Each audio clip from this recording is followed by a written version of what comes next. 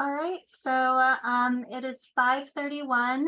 Thank you so much for joining us this evening and giving your time to us tonight. I'm Julia Chang, the Philanthropic Initiatives Officer here at the New York Community Trust. We're so glad you could join us for this town hall. Please do take a moment to mute yourself if you're not already. You will be able to raise your hands and unmute yourself during the Q&A portion of the event. And the town hall is being recorded and will be published after the event, and you're welcome to have your cameras on or off. Tonight, we're joined by the new president of the New York Community Trust, Amy Freitag, who will be talking with Deputy Vice President for Grants, Irfan Hassan, and board member Stephen Robinson. They'll discuss how our community foundation works, some of the challenges facing our region, and how together with our nonprofit partners and donor community, we're making life better for all New Yorkers. Thank you as well to New York Community staff and board members who are joining us tonight. None of the work we do would be possible without you. So after this initial conversation, we will open it up to your questions, but do please feel free to use the chat, including typing your questions there throughout our discussion. And it is now my pleasure to introduce Amy Freitag. Amy brings to the Trust more than 2 decades of experience in the nonprofit, philanthropic, and government sectors. She has led family foundations, the New York Restoration Project, and served as the Deputy Commissioner for New York City Parks and Recreation. Welcome, Amy. The floor is yours. Oh, thank you, Julia, and greetings, New York. I am thrilled to be here with my wonderful new Trust colleagues and happy to look around this Zoom room and seeing so many friends and colleagues from across the 5 boroughs. So welcome. Now, most of you know that we are the Community Foundation of New York City. But what I think many of you may not realize that we also have offices in Westchester and Long Island. Together, we are 8 counties strong, stretching from the lower Hudson Valley to the east end of Long Island. Our office is located in Midtown, and we've been serving our region for 99 years. We hope that you'll be around to help us celebrate our centennial in 2024. Now, as a community foundation, we have a 2-part mission. On the first side, we take in and steward funds from individual donors who want to support their community and make grants to local nonprofits. On the other hand, we ourselves are grant makers, and we are doing a ton to support, as you'll hear this evening, to support our nonprofit community. You may know us as a funder or as a convener. Attorneys know us as a place to meet their clients' charitable goals. Tonight, our goal is to connect all those dots and foster a richer understanding of how our donors and grant making connect. And of course, I'm eager to say hi to everyone and to answer questions. So everything we do is thanks to the generosity of generations of donors who call our region home. The New York Community Trust manages more than 2,000 funds, some of which donors set up generations ago that still make grants today. Others were set up by donors just in the past weeks and months, people who want to see and make changes in their community right now. We also house collaborative funds, which are pools of funds created by foundations and other funders who come together to address some really big issues like workforce development or getting an accurate census count or increasing equity in the arts. Our biggest recent collaborative fund was our COVID response program, which distributed almost $80 million in the very earliest days, weeks, and months of the pandemic, a true testament to the power of our community. This past year, in total, we made approximately 12,000 grants to 5,400 organizations, totaling roughly $250 million. This includes grants made by our grants making team, as well as grants made by active donors. We are one of the largest funders in New York City, and we have been here for generations, and we are here in perpetuity. So I just want to say a quick word about our competitive grant making program, which represents somewhere between 20 and 30% of the total grants made each year by the Trust. These grants are made by our superb grant making team, a deep bench of subject matter experts, people I sought out over the years for their wisdom and guidance. One of those very smart program officers is joining us on the screen tonight, but I want to give a special shout out to our Vice President of Grant Making, Sean Moorhead, and her brilliant team of program officers who make this competitive program possible. So if that's just 20 to 30% of our grants each year, who is making the rest of those grants we process each year? Well, we hold donor advised funds, or DAFs, for members of our community who suggest grants to nonprofits all over the country, but many right here in the 5 boroughs. We support these donors by vetting the organizations they want to give to and expediting their grants. While we're here to advise them, our donors call the shots and they direct their grants. Sometimes our active donors make permanent legacy gifts to improve life in our city. This ensures that the organizations and causes they support will continue to be funded long into the future. We work with estate lawyers and financial planners to ensure that these donors' wishes are honored. The New York Community Trust has been honoring donor wishes for almost 100 years.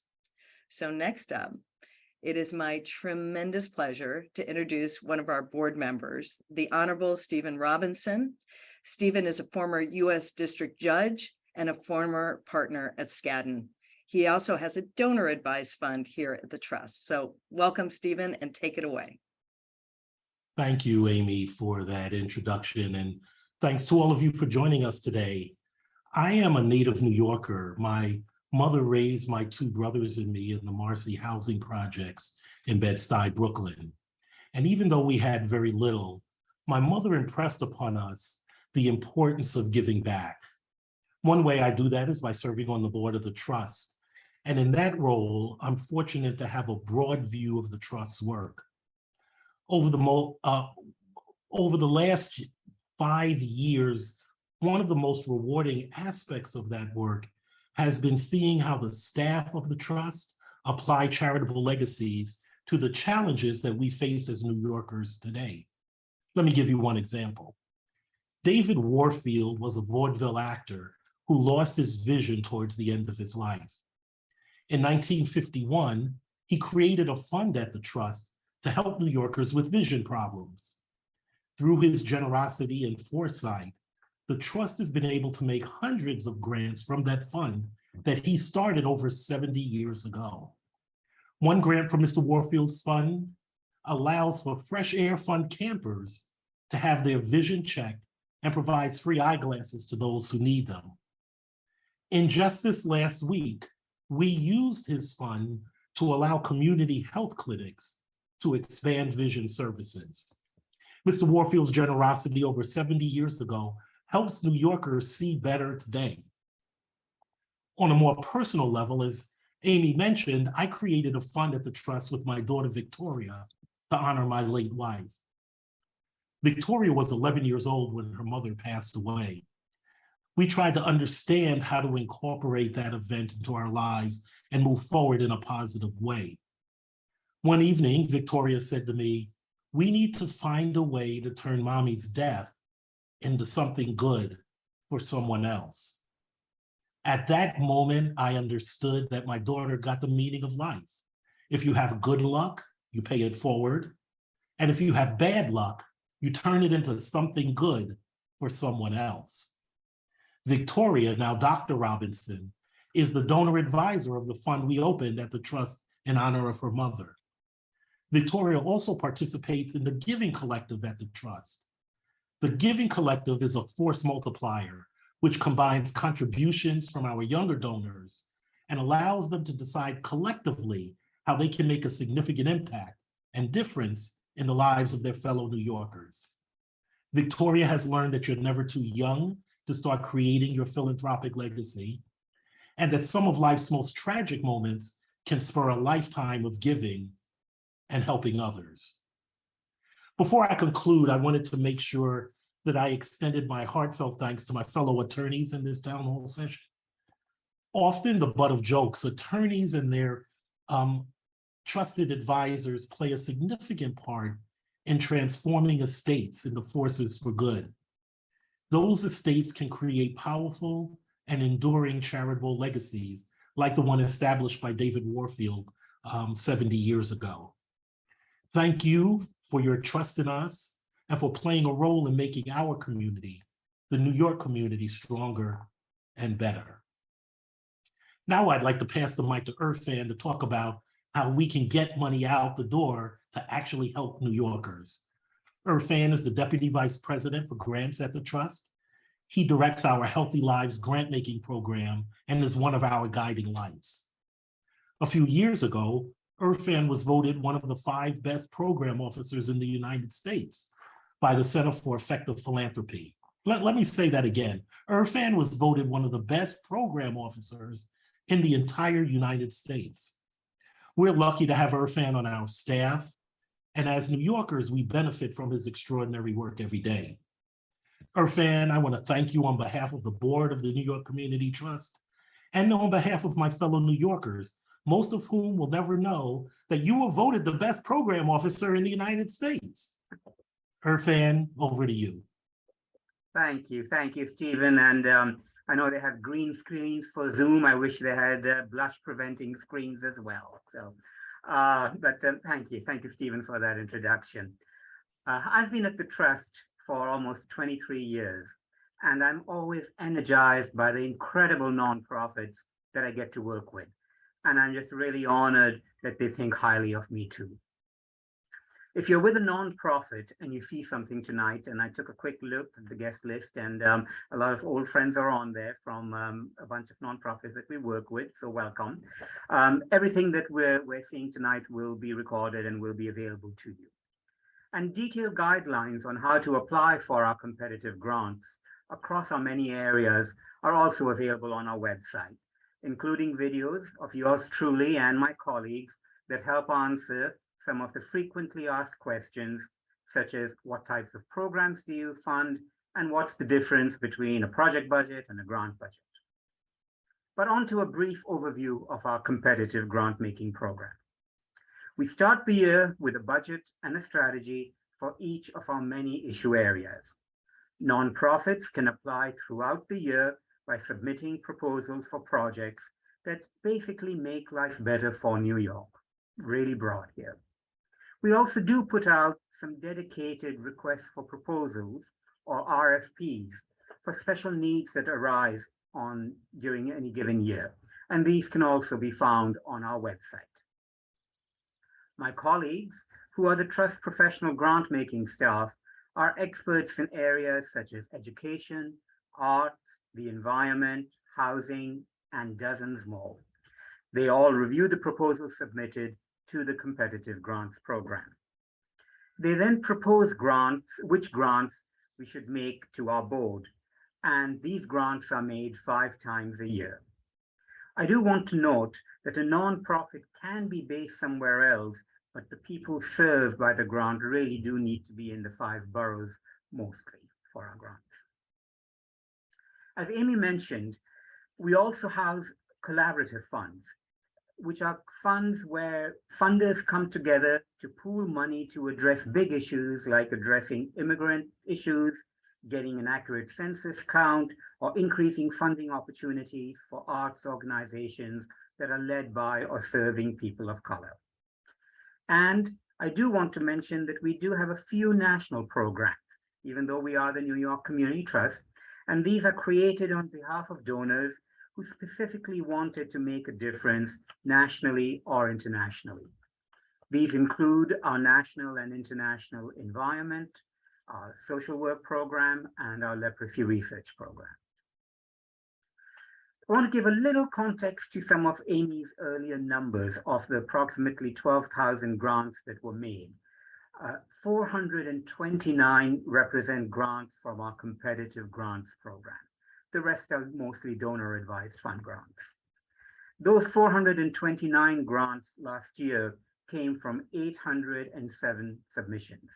So in any given year, between 40 to 60% of projects that are submitted to our program offices for review in our competitive grants program are funded.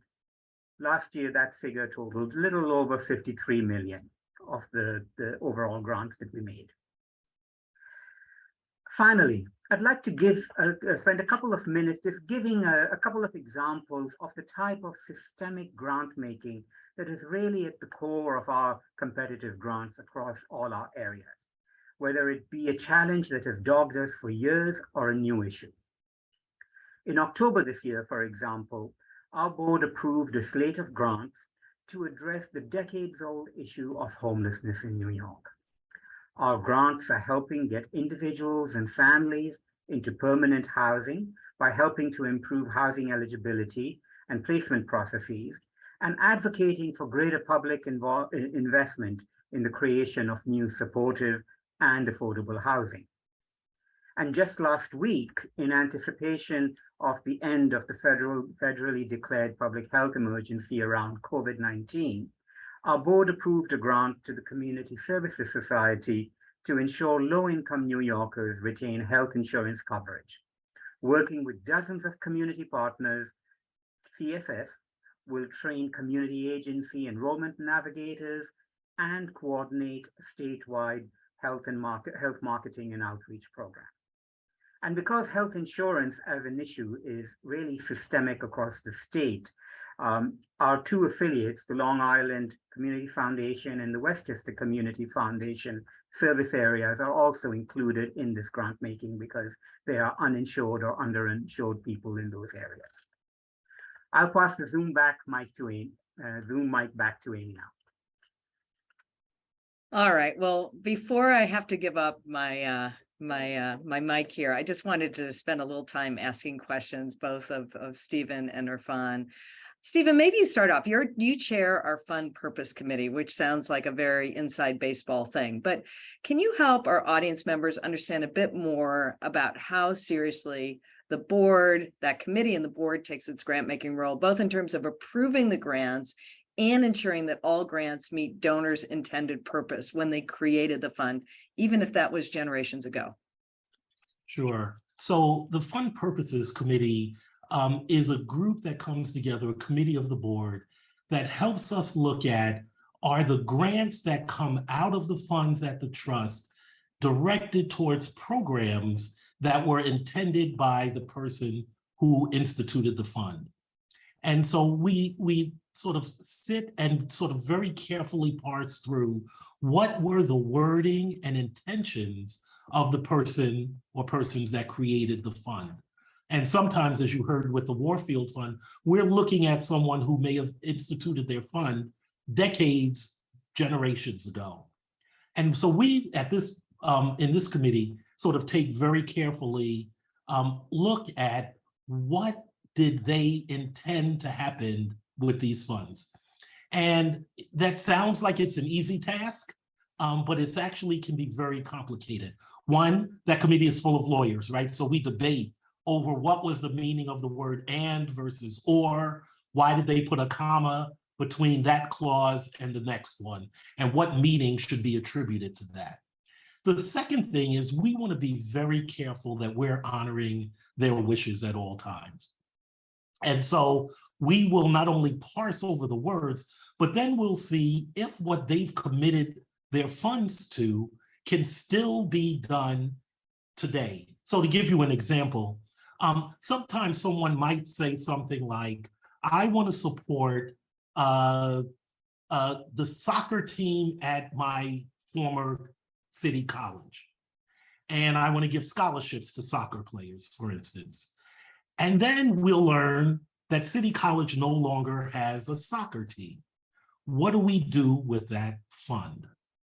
So was the purpose to benefit soccer players? Was the fund purpose to benefit City College? How do we then look at that? And those are the kinds of issues we will struggle over in the Fund Purposes Committee. One of the things that has impressed me most about the Fund Purposes Committee is we will struggle over those issues, sometimes in protracted discussions and arguments, no matter what the volume of grants that come out of a fund are or how large the fund is. We had an hour-long discussion over a fund that was about $12,000 in total, because we try very hard to make sure that we're honoring the wishes of the person who makes the grant. And so there are some very specific categorizations that we place it in? Is it still practical? Is it impossible for us to follow those wishes? And if it meets one of the criteria, then how do we begin to come as close as we can to exercising the wishes of those funds?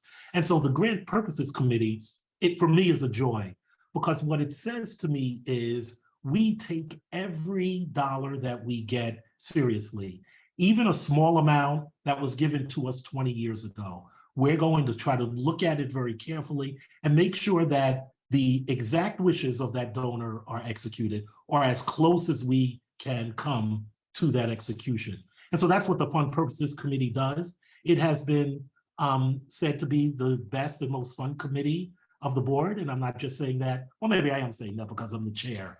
But again, we do take very, very seriously what it is we're trying to do there. I don't know if that's helpful at all, Amy. That's a really great response to the question. Thank you. So Irfan, let me throw you one. All right. You talked a little bit about system change, and that's sort of a hallmark of our grant making program. I wonder if you can give us an example of what we mean when we talk about tackling these large programs, problems in the city, and how we try to make a difference in people's lives, and this to really reach as many New Yorkers as possible through those types of grant making programs. Sure, thanks, Amy. I'll give you a couple of examples. One is our work with the CUNY system.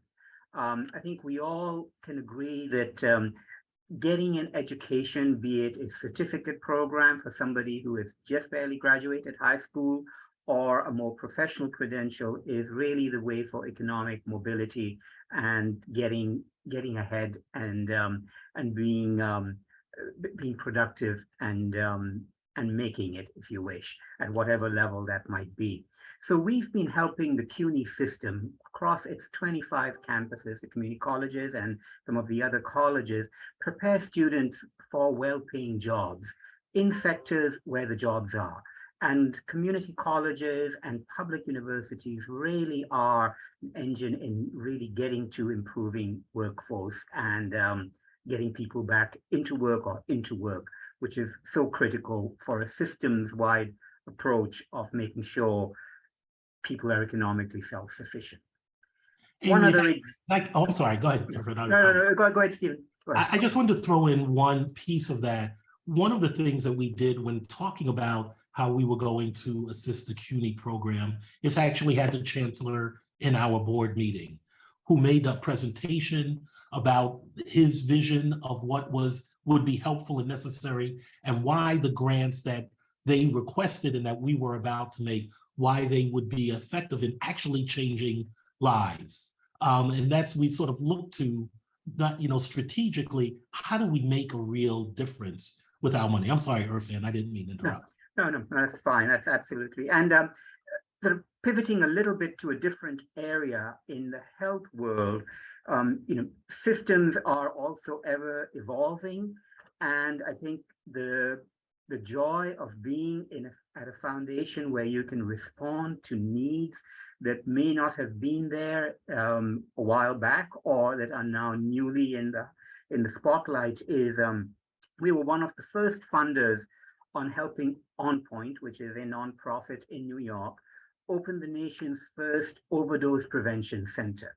Overdoses are a huge challenge in the city, and figuring out a creative way to support ways that people don't die of overdoses is critical. And we can take that risk with dollars from the trust.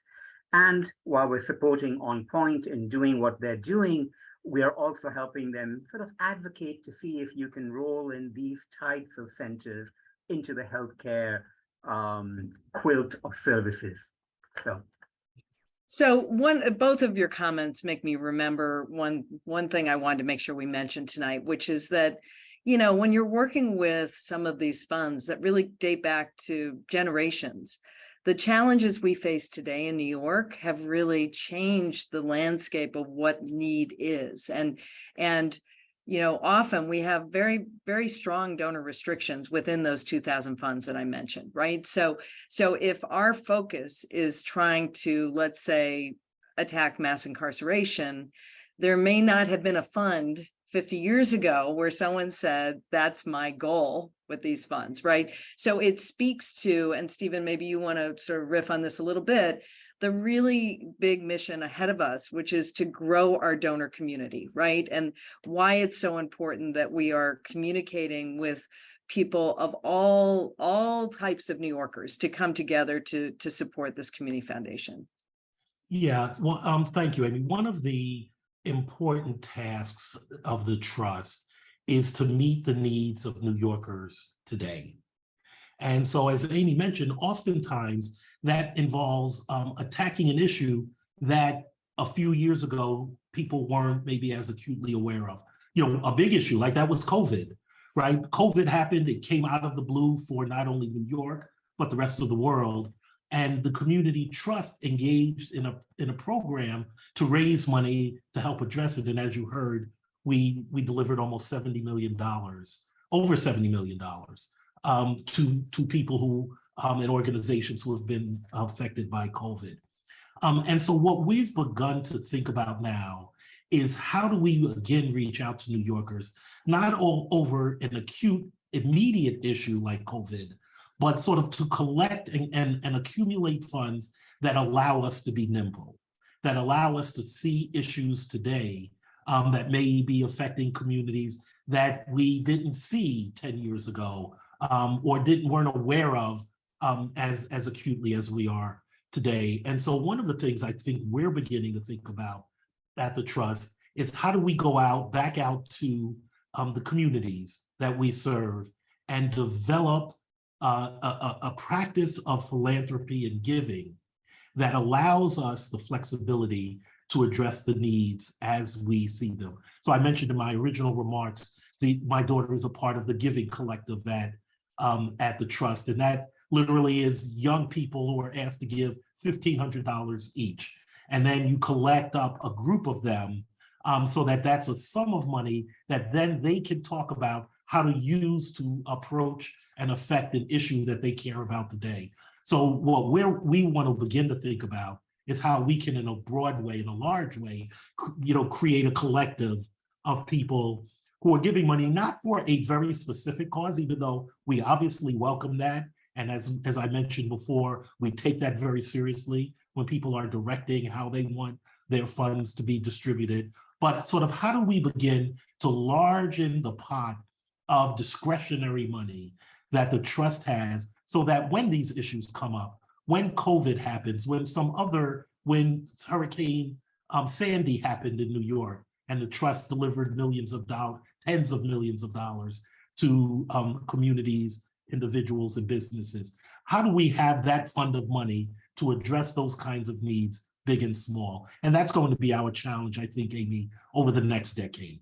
It's sort of how do we really make our fund larger so that we can address those acute and critical needs of New York. Awesome. Well said, Stephen, and thank you so much for joining us. I'm going to open this up to questions and comments in a second, but I just wanted to say that, I was a fan of the Trust long before I became its president. I value it as an equitable and democratic sort of force in philanthropy. And as Stephen sort of alluded, you don't need to be a billionaire or a millionaire to make impact as a philanthropist in New York City. We welcome people who are able to give at all levels to join this community of donors that we are speaking of and share in that joy of giving.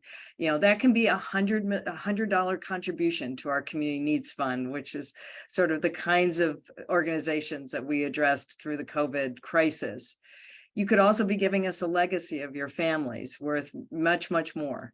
But it's really that diversity that gives us a broad community of donors and board members and nonprofit partners that really gives us strength. So I'm going to turn it back to Julia, because I know there are lots of smart people in the Zoom room, and they're going to ask us lots of challenging questions, Irfan and Stephen. So you need to be on your toes. Take it away, Julia. Thanks so much, Amy. So we invite questions from the audience at this time. You can type your questions into the chat, or you can also direct message me if that's more comfortable, and I'll read the questions out loud. You're also welcome to raise your hand, and we'll call on you to unmute yourself so you can ask your question directly. And in order to do that, please click the reactions or the smiley face icon at the bottom of your screen and select the hand raise icon that you'll see there. I know we're welcoming a lot of people from the larger trust community today, so we're going to try to get to as many folks as we can, and we do encourage you to keep your questions focused so that we can hear from as many people as possible. So let's begin. I see we have a few questions in the chat already. You know, we like to think that we make good choices as individual donors, but what are the ways that a donor can tap the trust's expertise for making those choices in the future? Well, let me just throw out an example, and Irfan, I want you to jump right in. We recently, when the governor of Texas was being so generous as to deliver busloads of immigrants to our welcoming city over the last several months, we thought, what better way to sort of rally our donor community and to really talk about the grant making we were doing. In fact, Stephen and the rest of the board approved grants in October to help us respond very quickly to the need on the ground for those immigrant communities that were coming to New York. And why not share all the brilliant work that Eve Stotland, our fabulous program officer who works in the immigration space, she'd done such deep research. She had really gotten to know that issue.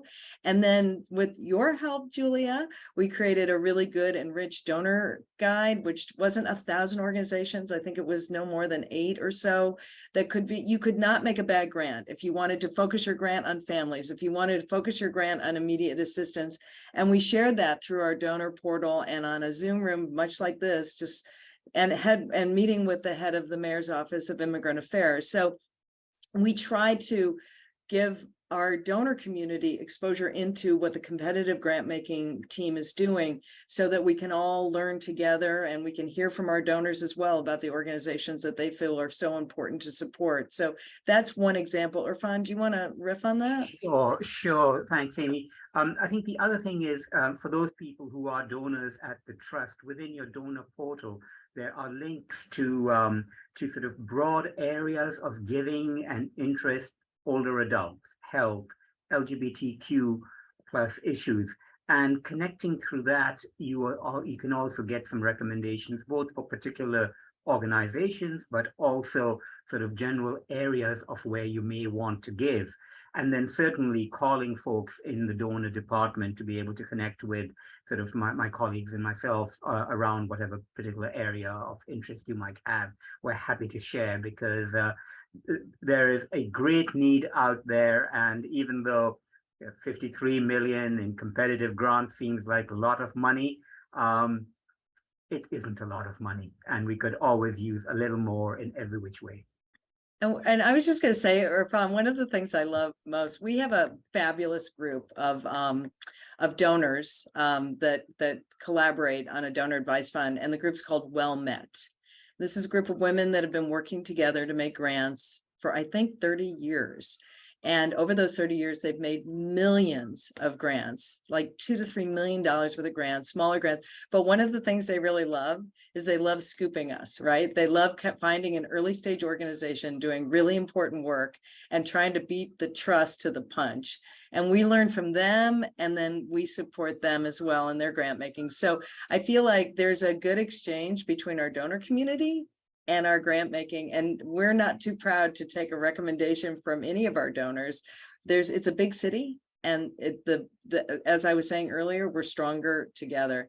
I see that we also have one of our other board members in the room, Jamie Drake. Hello, Jamie. Served the trust for over 15 years.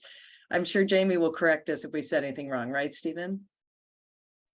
Jamie is not known to be shy, so please, Jamie, jump in. Stay flexible. Wasn't anything wrong. There's just other points of view. Great. Thanks, All right, Jamie. Julia. Great, thanks, Amy. So you've shared, we have resources on our website. We have resources in MyNYCT if you're a donor to learn about some of the current issues we're tackling. As a follow-up to that, do we also have staff that can help donors, identify the right nonprofits that meet their goals in addition to the giving guides that we do publish?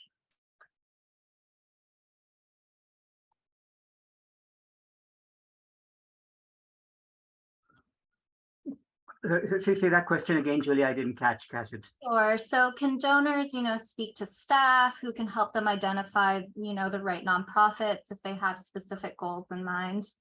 Absolutely. The program staff is available to be able to answer those questions. And I think most donors interact with our donor services staff, John, Audie, Maggie, and Shanisha, and contacting any one of them will then get you to the right person who can then help you in figuring out where we should be able to help you, how we can help you. And Irfan's going to be very humble, but I know that, for example, lots of folks at work, it's a very small community that work in the mental health space. And I know that Irfan is one of those people often sought out for his wisdom and knowledge in that space. So not just with our donors, but with our fellow philanthropists and other foundations. So I think the staff is a resource. And like I said, I used to reach out to them when I was looking for an answer, like the wonderful Pat Swan, who really mentored me in the area of grant making around democracy, census, and districting. So they're an amazing resource. We're lucky people. Thanks, Amy. So how do we see the competitive grants program evolving in the next 3 to 5 years? That's yours, Irfan. Sure. Well, if I had a crystal ball to give you, this is exactly how I wish I could do that. I'd say we evolve. Two things help with our ability to evolve. Increased legacies, because that helps grow it and allowing us to be able to do more.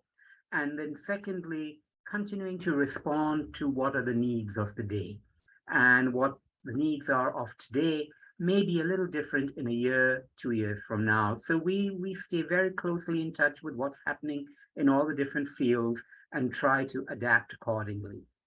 Our guidelines that I mentioned when I was talking earlier are pretty broad, and we like to keep them broad so we don't have to constantly be churning out new guidelines all the time to fit what is happening this year that might not have happened last year. So you won't see a whole new competitive grants program 3 to 5 years, but you'll see some tweaks in it based on what's happening in life, basically, in New York. Yeah, if I can add to that, I think, or to reiterate what Irfan said, I think it's really important for us to be able to be nimble over the next decade. As we've seen with COVID, with storms, with the unhoused, with immigrant issues, what I think we're increasingly noticing is that there is an issue that's important and live today that we hadn't really been quite as focused on maybe 2 or 3 years ago. And so the question is actually, for me, how do we remain nimble and not necessarily lock ourselves in to a specific vision of New York City? Because as we all know, New York City is changing all the time. And the issues around the disadvantaged, around immigrants, around other people, around education are constantly changing. And we want to try, I think it's going to be our mission to figure out going forward, how do we remain as nimble as possible so that when those new issues arise, we're there to be part of the solution for our fellow New Yorkers. Thanks, Stephen. Thanks, Irfan. So another question for you, Irfan. If we want to apply for the Trust's ongoing competitive grants opportunities in 2023, should they apply in the grants portal, or should they be invited or encouraged to apply first? You can apply through the grants portal. We have an open application process, and we receive requests every week. And the easiest is through the grants portal. Great. And can I say one thing? Like, I think I know many foundations get inundated with an open call. I've been just really impressed with the rigor and detail that the staff put into literally and carefully and thoughtfully and constructively reviewing the applications they receive and giving feedback. So I think our whole grant making team also do a lot of tech assistance for nonprofits to help them be competitive and to assist them in that process. So it's a truly interactive experience in many cases working with our team that way. Thanks, Amy. So do we have plans to modernize MyNYCT, our donor platform? It's been a while since it's changed, and it is a little bit, clunky to use and generate reports from. Well, Stephen and Jamie know that my greatest passion is to really modernize the technology here at the Trust. And we have a great reason to do that. We're about to turn 100 years old, and we really need to meet this next century of grant making with all the tools and all the systems that make that easy for donors and easy for grantees. So yes, we're working on that, and that's going to be a bit of a process. It's not going to be like Amy waves her wand, as much as I wish that were the case, but we definitely have that as a big priority and appreciate you raising that. And donor feedback is going to be super critical as we improve those systems. And I'm sorry, if I could just add, if along the way, particularly as we start to roll out changes to our online presence over the next year or so, if you find something that's not helpful or it's glitchy, please let us know, because what we want to do is to create an online presence that is as vibrant and as knowledgeable and as helpful and active as our program staff is, who we think are the best. Did I tell you that Irfan was voted the best program officer in the United States? And so please feel free to reach out to us if something isn't quite working along the way. This won't be immediate, but over the next year, I think you'll see real changes. Thanks, Al. So another question from a holder of a donor advised fund. They're wondering if there's someone at the Trust who might be able to work with this fund to seek out new donors to contribute to the fund, continue the fund, continue helping organizations through that fund. Yeah, I think I think our power, and if we're going to really do the kind of growth that Stephen talked about, is that we're going to have to get better at organizing our donors so that they can work with collective power, because we have big issues to solve. And what's beautiful about working with an organization like a community foundation is you can find fellow donors who are equally passionate, and you may give still your individual grants, but doing it within a collective and with knowledge of one another so that you are maximizing your collective impact. I think that's a super powerful model. And in a way that's the kind of power we saw around the COVID fund. It was a group of New Yorkers coming together to drive some significant resources where it was most desperately needed. So I think there's a lot to be done with that. And I encourage you to reach out to our donor department. The wonderful John Oddie would love to talk about ways that we might be able to collectively work with you to find more fellow travelers to address the issues that you are so passionate about. Thanks, Amy. And as my colleague, Amy will put into the chat, if you have questions, you can also email them to info@nyct-cfi.org, and we'll be sure to connect you to the right person. So next question. So how do the staff keep up with the various needs in their fields? Do staff rely solely on applications from local nonprofits? Do we try to get out in front of, emerging problems? How does our process work? I'm happy to take that to start with. I think a little bit of all of the above. Our staff and my colleagues are, I would say, present and listening in a lot of forums in their different sectors to figure out what is happening.